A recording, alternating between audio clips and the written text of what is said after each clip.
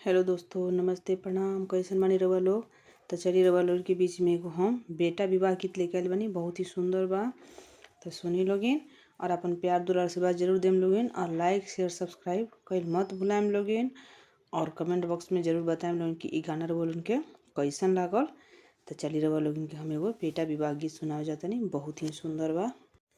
एक याम हरिहर एक याम पियर, एक याम सबुज सफेद, इहे तीनू आमा कमनी राम दुआरवा फरी फूली भैले कचनार।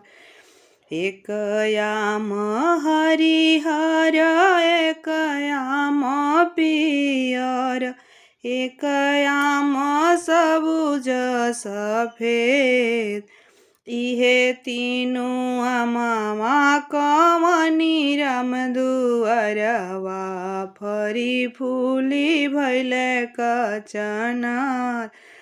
अपना महलिया से निकले कमनी राजा, अखिया झलमलीलोर, ऐसन सुंदर धिया हमके करा के सौंपी के ये करी है प्रतिपाल।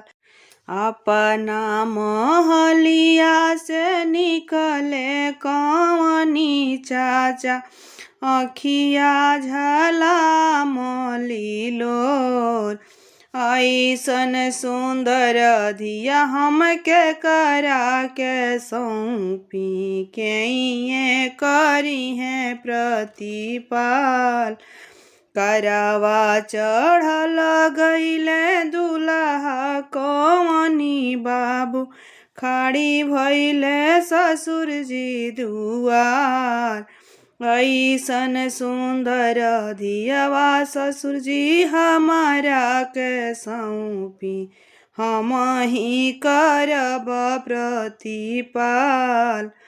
करवा चढ़ल गईले दुल्हा कमनी बाबू, खाड़ी भइले ससुर जी दुआर, ऐसन सुंदर धियवा ससुर जी हमारा के सौंपी हम ही करब प्रतिपाल।